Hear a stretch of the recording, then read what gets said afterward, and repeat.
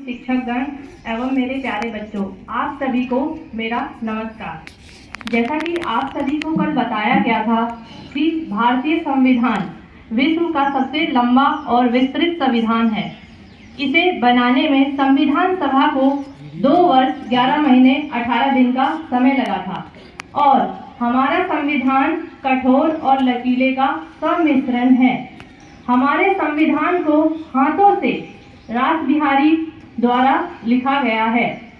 इतना ही नहीं, भारतीय संविधान के अंदर 395 अनुच्छेद, 22 भाग और 8 अनुसूचियां हैं मूल संविधान में, लेकिन वर्तमान समय में 395 आर्टिकल, 22 पार्ट एंड 12 शेड्यूल्स हैं, जिसके अंदर आज मैं आप सभी के समक्ष पार्ट 3 भाग 3 अर्थात मौलिक अधिकारों पर चर्चा करने जा रही हूँ। तो मेरा आज का विषय है फंडामेंटल राइट्स। तो सबसे पहले हमारे लिए प्रश्न यह है कि मौलिक अधिकार होते क्या हैं? What is fundamental rights? Fundamental rights का अर्थ होता है ये ऐसे अधिकार हैं जो नागरिकों को राज्य के विरुद्ध विशेषाधिकार प्राप्त होते हैं। मौलिक अधिकारों की गारंटी हमारा संविधान प्रत्येक नागरिकों को बिना किसी भेदभाव के प्रदान करता है। तो हम एक एक करके इन मौलिक अधिकारों पर चर्चा करेंगे। तो एक और प्रश्न मेरा यह है कि आप सभी बताइए कि हमारे मौलिक अधिकार कितने हैं? How many fundamental rights we have? 6। तो सबसे पहले हमारे जो मूल संविधान में फंडामेंटल राइट्स थे वो 7 थे। कितने थे? प्रेजेंट में हमारे फंडामेंटल राइट्स 6 हैं। तो हम अब एक एक फंडामेंटल राइट्स को अच्छे से समझेंगे। तो सबसे पहला हमारा फंडामेंटल राइट है आर्टिकल 14 to 18 जो है right to equality. It means समानता का अधिकार। इसके अंतर्गत यह बोला गया है कि भारत में रहने वाला प्रत्येक व्यक्ति, चाहे वो किसी भी जाति का हो, किसी भी धर्म का हो, किसी भी नस्ल का हो, किसी के साथ असमान व्यवहार नहीं किया जाएगा। सभी को एक समान दृष्टि से हमारा संविधान देखता है। इसे आर्टिकल 14 to 18 के अंतर्गत रखा गया है। उसके बाद हमारा नेक्स्ट आता है स्वतंत्रता का अधिकार अर्थात आर्टिकल 19 से 22। इसके अंतर्गत यह बात की गई है कि भारत में रहने वाला प्रत्येक व्यक्ति अब वर्तमान समय में वो स्वतंत्र है। उसे किसी भी तरह से कोई भी व्यक्ति अपना दास नहीं बना सकता।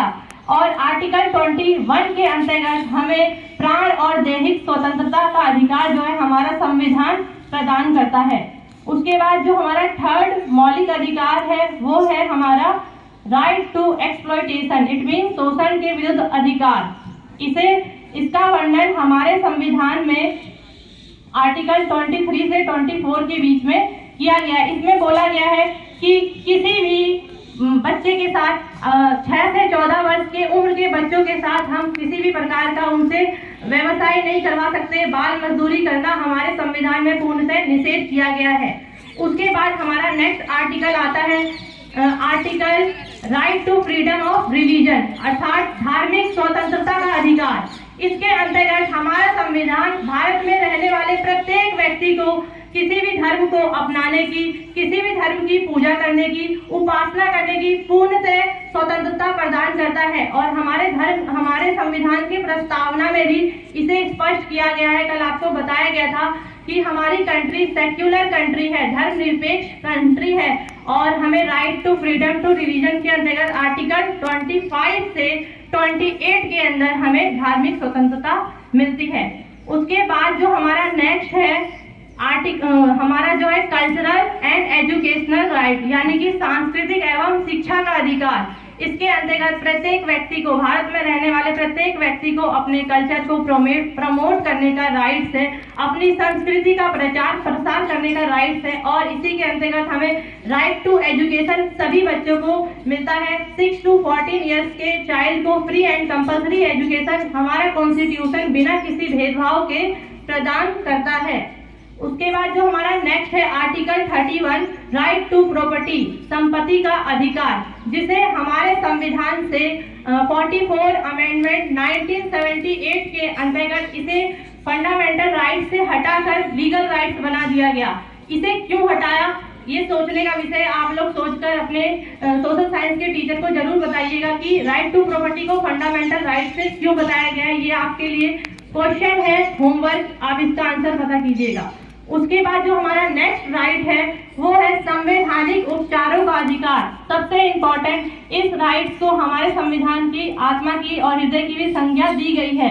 इसका मुख्य कारण यह है कि अभी तक हमने जो ऊपर के 5 फंडामेंटल राइट्स पढ़े हैं, एक नागरिक होने के नाते आप सभी को उसके बारे में अच्छे से जानना बहुत जरूरी है। अगर इन सब में से किसी भी अधिकारों का हनन होता है, मान लीजिए आपके साथ असमान व्यवहार हो रहा है, आपके साथ कि कहीं पे धर्म के आधार पर आपको टॉर्चर किया जा रहा है, इन सभी अधिकारों का हनन होता है तो आप डायरेक्ट सीधा हम सुप्रीम कोर्ट में जा सकते हैं और संवैधानिक उपचारों के तहत आर्टिकल 32 के तहत सुप्रीम कोर्ट हमारी कार्रवाई करके वो रिट जारी करता है। तो ये सारे के सारे हमारे फंडामेंटल राइट्स से एक जागरूक नागरिक होने के नाते हर छात्र को अपने अधिकारों के बारे में जानना चाहिए, ताकि हम जब अपने अधिकारों को अच्छे से जानेंगे तभी हम अपने कर्तव्यों का निर्वहन अच्छे से कर पाएंगे।